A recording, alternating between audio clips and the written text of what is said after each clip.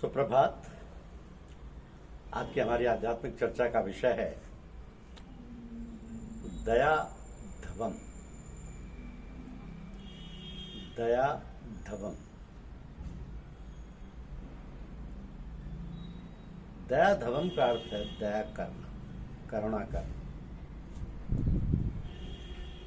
कहते हैं इंसान किसी पर दया नहीं कर सकता, दया तो केवल ईश्वर करता है। दया ईश्वर का गुण है। जब मनुष्य में दया उत्पन्न होती है तो उसमें ईश्वर उत्पन्न हो जाता है, आत्मा में परमात्मा का समावेश हो जाता है, लघुता में विराट का समावेश हो जाता है। दया या करुणा ईश्वर प्रेम का द्योतक है। जब ईश्वर से प्रेम होगा तो उसकी सृष्टि से भी प्रेम होगा। वह सृष्टि में ही तो रमा हुआ है, इसीलिए उसे राम कहते हैं। तो हृदय का केंद्र प्रेम करुणा का केंद्र है। इसके जागृत होने का लक्षण यही है कि सबसे प्रेम हो, करुणा तो फिर आ ही जाएगी। तो जितना हृदय जागृत होगा उतना ही उससे प्रेम और करुणा होगी। पूज्य चचा जी कहते हैं कि जिससे प्रेम नहीं उसे कुछ नहीं। गुरुदेव से प्रेम नहीं तो सब निरर्थक है। उनसे प्रेम करना ईश्वर से प्रेम करना है। ईश्वर को प्रेम स्वरूप कहा गया और उससे अधिक प्रेम हमसे कोई नहीं कर सकता। आप उसकी आराधना करते रहें, आप में उसकी बनाई हुई चीजों से प्रेम ना हो, ये कौन सी आराधना है? विवेकानंद कहते हैं कि एक आदमी को बचाने के लिए यदि मुझे नरक में जाना पड़े तो मैं तैयार हूं।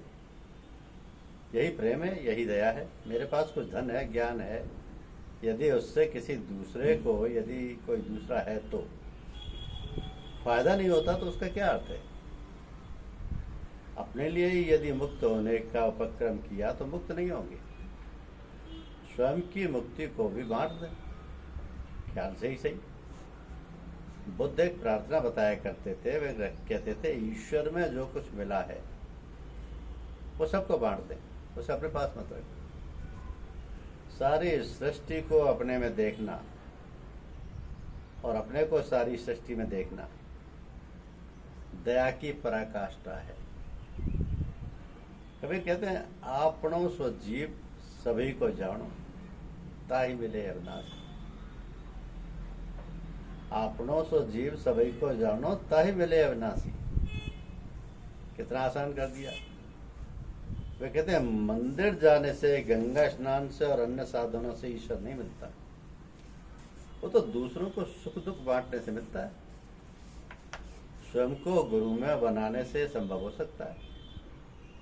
सब संसार को गुरु में समझें, सब लोगों को अपना गुरु समझें, अपने गुरु को सृष्टि में फैला दें, बस काम हो जाएगा।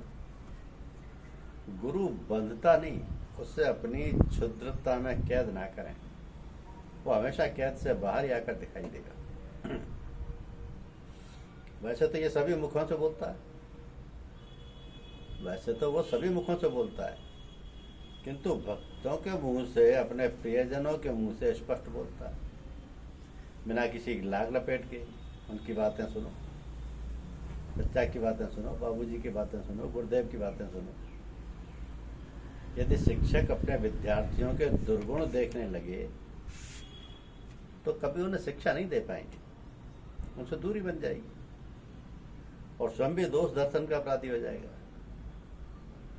तो श्रेष्ठकर तो यही है कि अपनी शिक्षा देना आरंभ कर दें, सारे दुर्गुण दूर हो जाएंगे। अपने सत्संग में अन्यत्र से एक बहुत बड़ा अंतर दिखाई देता है कि आप कहीं भी जाएं, वो कहते हैं नहा कर आओ, शुद्ध होकर आओ, ये छोड़ कर आओ, इतना जाप कराओ, फिर आओ तो बताएंगे। क्योंकि अपने यहाँ गुरुदेव कहते हैं हम तो आ गए हैं, तुम झाड़ू लगा लो, हम बैठे। कहो तो तुम्हारी झाड़ू भी लगवा दें, साफ होकर बैठो। जब तक साफ नहीं होते वो झाड़ू लगाते ही रहते, आते ही चिंगारी रखते थे, जलना शुरू हो जाता है। हाँ, यदि कचरा काफी भर गया है या भारी हो गया है, बहुत गीला है, तो समय लगेगा, सुलगता रहेगा, फिर उसमें फूंक मार देंगे, कभी तो जलकर भस्म होगा ही। इस जन्म में ना सही तो दूसरे में, तीसरे में। इस प्रक्रिया में कष्ट तो होता ही है। धुआं निकलता है, सनाद जो कब से एकत्रित हो रही है बाहर आती है, रास्ते बंद थे अब खुल गए हैं, सब कुछ बाहर आ रहा है। और रुकी हुई नाली की सफाई का हश्र तो आपने देखा ही होगा। इस प्रक्रिया में साधक को शांत रहना चाहिए तथा सफाई करने वाले के हाथ नहीं रोकना चाहिए। वो तो होगी, चाहे कितना ही रो, चिल्लाओ, हाथ पैर पटको। तो उसमें विघ्न पैदा करने से या कई अवरोध पैदा करने से मर्ज बढ़ जाता है, भोग में योग हो जाता है। इसलिए जिस तरह गुरुदेव चलाएं उसी तरह चलना चाहिए और उनकी बताई हुई दवा का पथ्य का अक्षर से अनुसरण करना चाहिए। एक होता है फनाइयत। फनाइयत का अर्थ है मर जाना, समाप्त हो जाना। अब मरकर तो फना होना ही पड़ता, ये तो स्थूल देहधारी की नियति है। जीते जी फना होने से यहाँ मतलब ईश्वर में या गुरु में फना हो जाने से। तो फना होने का अर्थ भी यही हुआ कि वो स्वयं खुद नहीं रहा, अब वो ईश्वर या गुरु ही है। तो खुद ही को इस दर्जे मिटा दिया कि खुदा हो गया। यदि हम गुरुदेव से प्रेम करते हैं तो उसमें फना होंगे ही। फनाइयत प्रेम का ही दूसरा नाम है। जिससे प्रेम करें वही रहें, मैं नहीं, दुई नहीं। प्रेम की गली इतनी सक्रिय है कि इसमें से दो गुजर ही नहीं सकते। ये रह गुजर आम नहीं है। जब तक मैं है तब तक गुरु नहीं, और जब गुरु है तो मैं नहीं। एक ही रहेगा, क्योंकि रहता तो हमेशा एक ही है, और तो आने जाने वाले, फना होने वाले हैं। गुरुत्वाकर्षण के नियम के अनुसार भारी चीज हल्की को अपनी ओर खींचती है। ये सर्वविदित है, पर ये खिंचाव की शक्ति, पावर और पुल यहां तक सीमित नहीं है। अध्यात्म में भी इसी तरह से लागू होती है। परमात्मा आत्मा को अपनी ओर खींचते हैं, उसे अपने अंदर फना कर लेना चाहता है। गुरुदेव अपना सीना खोले बैठे हैं, परमात्मा की तरह उसमें शिष्य को फना कर लेना चाहते हैं। हर चीज जो भारी है गुरु है, उस हर चीज को जो हल्की है, लघु है, अपने अंदर समा लेना चाहती है, फना कर लेना चाहती है।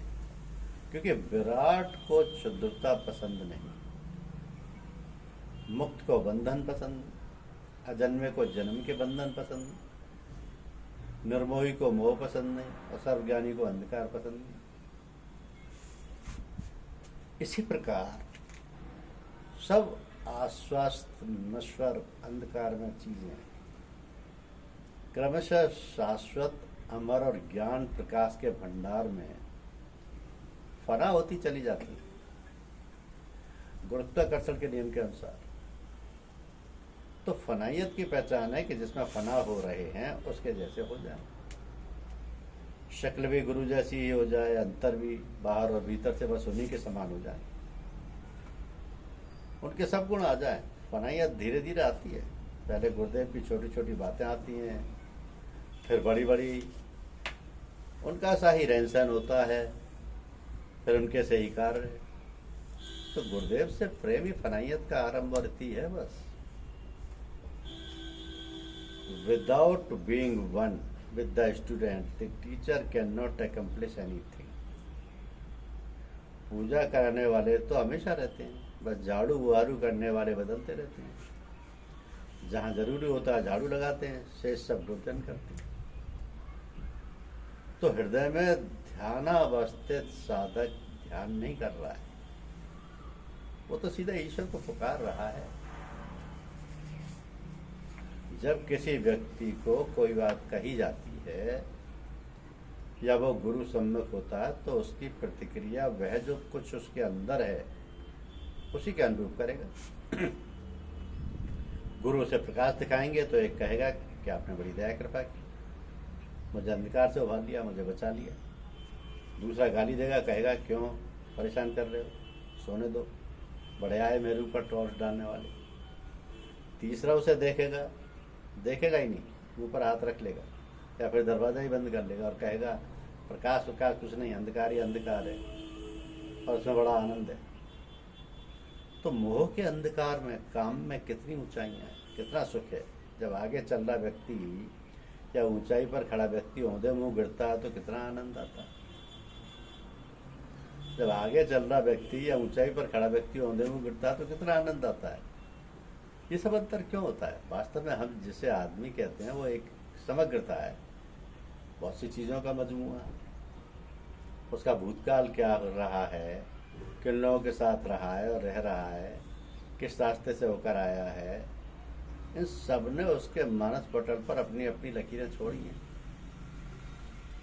जब उस पर, उन लकीरों पर प्रकाश पड़ेगा या वो अंदर झांकेगा तो वो दिखाई पड़ेंगी।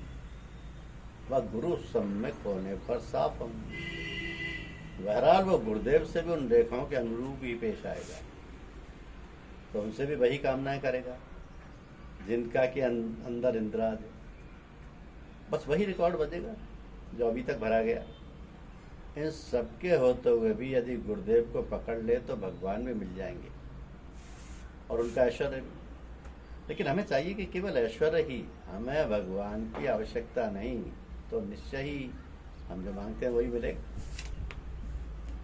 पूजा में भी ये देखने में आता है कि साधक में जो कुछ दबी हुई चीजें होती हैं, मोह, काम, क्रोध, लोभ आदि, वे और ज्यादा हो जाते हैं, उनमें इजाफा हो जाता है। कई बार तकलीफें भी बढ़ जाती हैं, लगता है हर चीज की एक आंधी सी आ गई है। और लोग सोचते हैं कि बहुत ही अच्छा रहा, गए तो थे नमाज बख्शवाने और रोजे घरे पड़े, तो एक चीज से निजात चाहिए थी और उसकी जगह जान अजाम में डाल दी। कई साधक तो उससे बचने के लिए साधना से ही हाथ धो डालते हैं, छोड़ देते हैं। तो वास्तविकता यह है कि इसमें परेशानी की कोई बात नहीं, और ना ही ये कुदरत के नियमों के खिलाफ है। जब हम साधना करते हैं या गुरुदेव के सामने होते हैं तो प्रकाश अंदर की तरफ होता है, गुरुदेव की तवज्जो उन पर सीधी पड़ती है, संस्कारों की पोटली को टटोलती है कि क्या क्या छुपा है, क्या क्या छुपा है। वे जब सामने आने लगते हैं, अंतर्मुखी होने पर भी जो कुछ अंदर है दिखाई देने लगता है और हमें मालूम होता है कि क्या क्या चीजें हमारे अंदर मौजूद है। दिखाई पड़ने का अर्थ है साफ होना। घर में यदि कहीं कूड़ा पड़ा दिखाई देता है तो फिर उसे पड़ा तो रहने देते हैं, पड़ा तो नहीं रहने देते, उठाकर ही फेंक देते हैं। तो गुरुदेव भी इस कूड़े को दिखाते हैं और उठाकर भी फेंक देते हैं। यदि आपका मन उठाकर फेंकने का नहीं है तो ये कार्य वे ही अंजाम दे देते हैं।